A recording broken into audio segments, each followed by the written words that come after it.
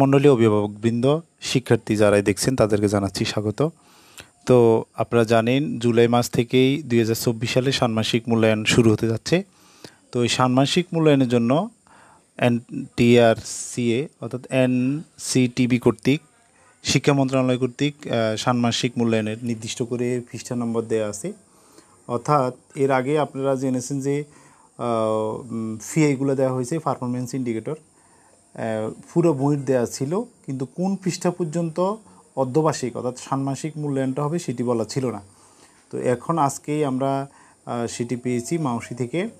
তো এখানে একদম প্রত্যেকটা বিষয় দেওয়া আছে। আমি এই প্রথম ভিডিওতে 7টা বিষয় দেওয়ার চেষ্টা করব এবং পরবর্তী ভিডিওতে বাকিগুলো দেওয়ার চেষ্টা করব। এবং তার আগের ভিডিওতে অলরেডি কিন্তু আমি প্রত্যেকটা অধ্যায়ের প্রত্যেকটা বিষয়ের ফি এইগুলো কত পৃষ্ঠায় কত নং ফি আছে সেগুলো দিয়েছি।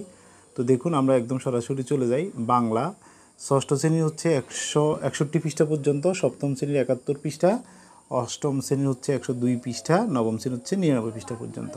অর্থাৎ এই পৃষ্ঠা পর্যন্ত যেই ফিএগুলো আছে সেগুলোই ষান্মাসিক মূল্যায়নে মূল্যায়িত করা হবে। ইংরেজি হচ্ছে ষষ্ঠ শ্রেণীর 60, সপ্তম শ্রেণী হচ্ছে 66, অষ্টম হচ্ছে 78, আর নবম হচ্ছে 77 পৃষ্ঠা। গণিতের হচ্ছে ষষ্ঠ শ্রেণী 137, সপ্তম শ্রেণী হচ্ছে 124, অষ্টম শ্রেণী 124, নবম শ্রেণী হচ্ছে 112। বিজ্ঞান হচ্ছে 43, ষষ্ঠ শ্রেণী, সপ্তম 52, অষ্টম 55, নবম হচ্ছে 36।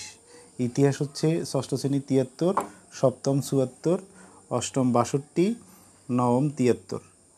ডিজিটাল প্রযুক্তি ষষ্ঠ শ্রেণী 56 পৃষ্ঠা, সপ্তম 60, অষ্টম 75, নবম হচ্ছে 70। জীবন জীবিকা হচ্ছে ষষ্ঠ শ্রেণী 58, সপ্তম শ্রেণী 56, অষ্টম শ্রেণী হচ্ছে 59, নবম শ্রেণী হচ্ছে 90 পৃষ্ঠা।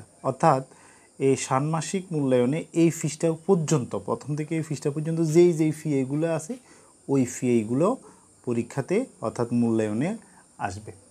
এবং মূল্যায়নের আগের দিনে বা 2-1 দিন আগে হয়তো নির্দিষ্ট করে ফিআই দিতে পারে, আবার নাও দিতে পারে। যদি না দেয় তাহলে এই ফিআইগুলো অর্থাৎ এই পৃষ্ঠার মধ্যে যে ফিআইগুলো থাকবে সেগুলো মূল্যায়িত হবে।